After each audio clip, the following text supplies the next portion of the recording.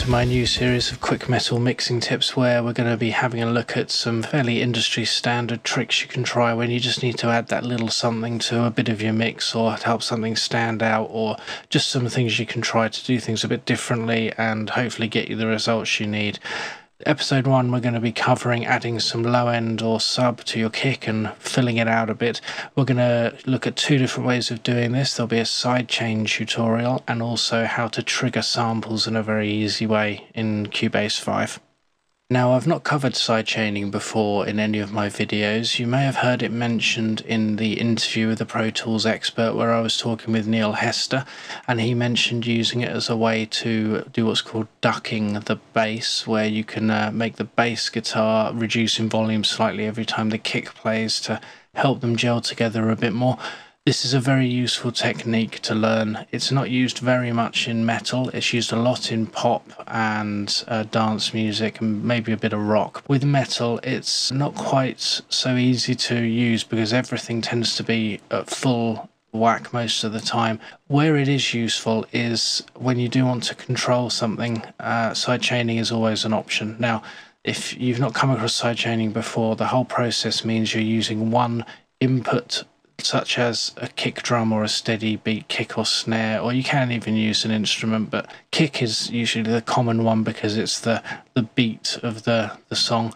You can use that beat to trigger something like a compressor or a gate or anything you want really to control something else. And what we're going to do here is set up a sidechain so that the kick triggers a nice low end sub sound that comes through a gate whenever the kick is played and adds a really nice low end to that.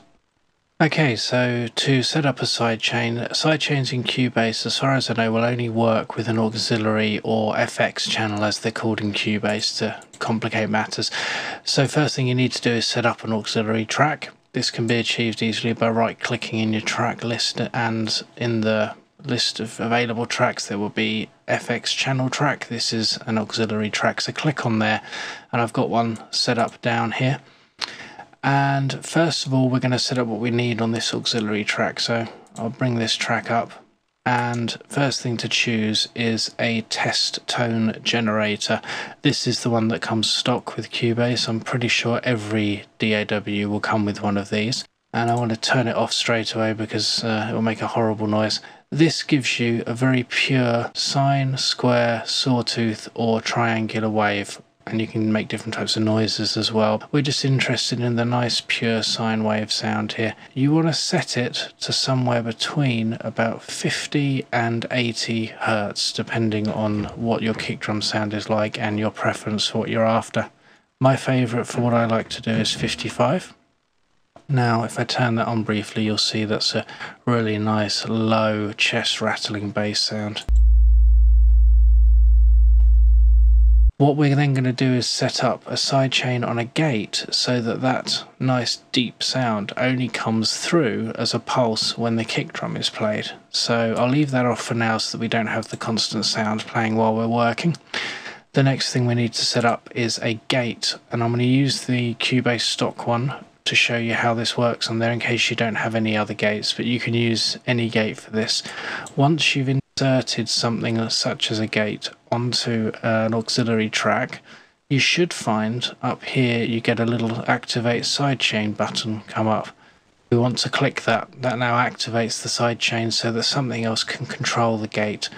And the settings for this kick drum technique, you want quite a low attack. I'm going to keep that, by low I mean between about 1 and 5. I'm going to usually find that 4 works well for me, and you want the release to be quite quick as well. You will have to play around with these to make sure you don't end up with too slow a release that means the sine keeps going and there's a constant noise between kicks, especially when you've got some double kick going. And you don't want the attack to be too slow so that it comes in too late or sort of swells inward. It would then have a pumping sound like a dance track, which you want to avoid unless you're specifically going for that trick. So that's now set up with our gate. We are now going to send our kick to the sidechain to activate it. On the MIDI track for the instrument you're using, as you can see here, I've got a MIDI track here for Superior Drummer. This is my MIDI up here. but the actual kick from Superior Drummer is on this track here. So I'm going into there, I'm going to send from there to, there we go, sidechains gate.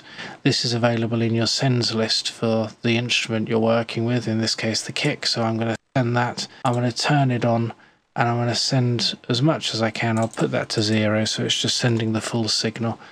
And you'll notice this button here, this is a pre or post fader send.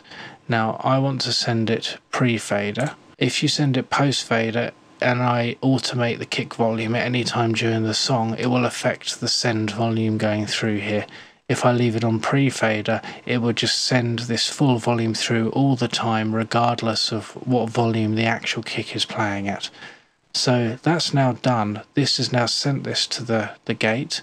And to demonstrate this pre-fader in action, what I'm going to do, this is my kick volume here, slider. I want to bring that right down to 0, so that's now sending no audio out. But if we have a look over on the FX channel, what I'm going to do is get this playing, turn on the test tone generator, and we should see, even though we can't hear the kick, that the kick signal is controlling the gate still, and we should just hear a pulsing test generator tone, which should sound pretty good. So let's get this playing and see what happens.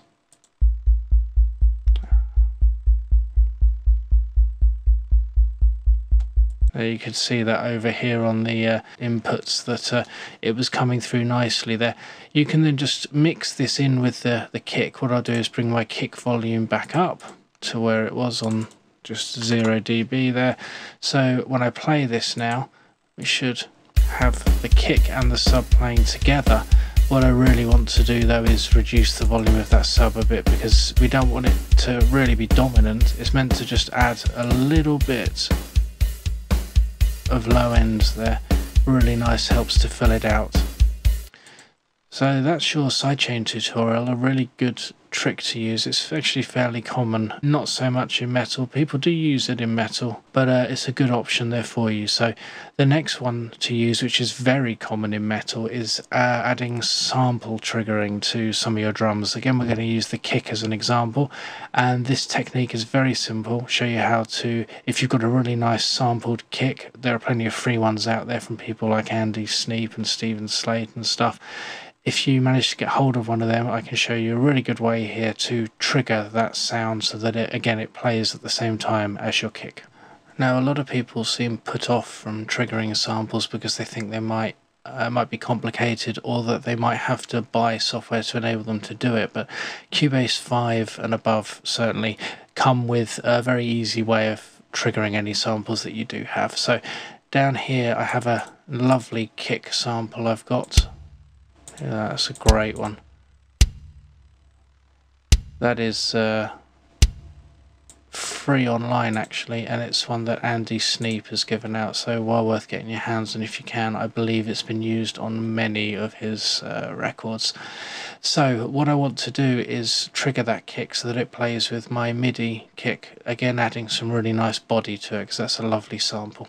All you need to do is create a new MIDI track with the drum that you want to sample on it. So I've got up here, this purple track is my MIDI controlling Superior Drummer, as you can see. Down the bottom here I've created another MIDI track, and all I've done is created one for a kick drum. And that's it. So it's copied and pasted from this, basically, nice and quick. Then if you hit F11 to bring up your VST instrument list, you will have this drum VST Groove Agent 1 that comes free with Cubase. If you open that up, I don't need to create a MIDI track because I've already got one created down here. This one down here, actually, while I'm at it, I will now connect it to Groove Agent, so the MIDI from here will control Groove Agent, which has opened up nicely for me here. All you need to do when you've got your audio is drag it to one of the pads without loading anything in Groove Agent. So we haven't unloaded up any of their own presets. It was a blank one. All I've done is, you can see it's here now, I dragged and dropped over to this pad,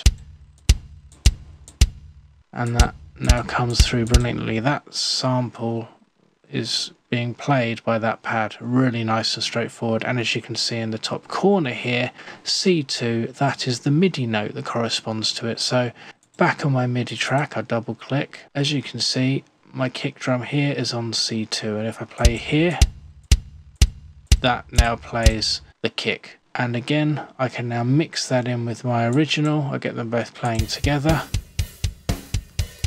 And if I want to change the volume of that kick, I can do so here and blend it in. And that's it. Two really useful tricks there. The sample triggering doesn't just have to be used with a kick, obviously. You can use it with any MIDI for any sample that you've got. It's very, very handy. And that sidechaining trick, again, doesn't have to be used on a kick with a kick. You can use the kick to duck the bass, as Neil mentioned in that interview. You can use it to control a compressor to lower the volume of something else to allow the kick to shine through. There are endless uses for that, and once you've got your head around the nice simple concept, it's really good to have that there in your toolbox as something to reach for if you're struggling to get around a certain problem. Thank you very much. Hopefully see you for episode 2. I haven't decided what one that's going to be yet. We've got lots coming up, so keep tuned for these. They're going to be coming fairly quickly, and hopefully lots of tips for you over the next few months. Cheers.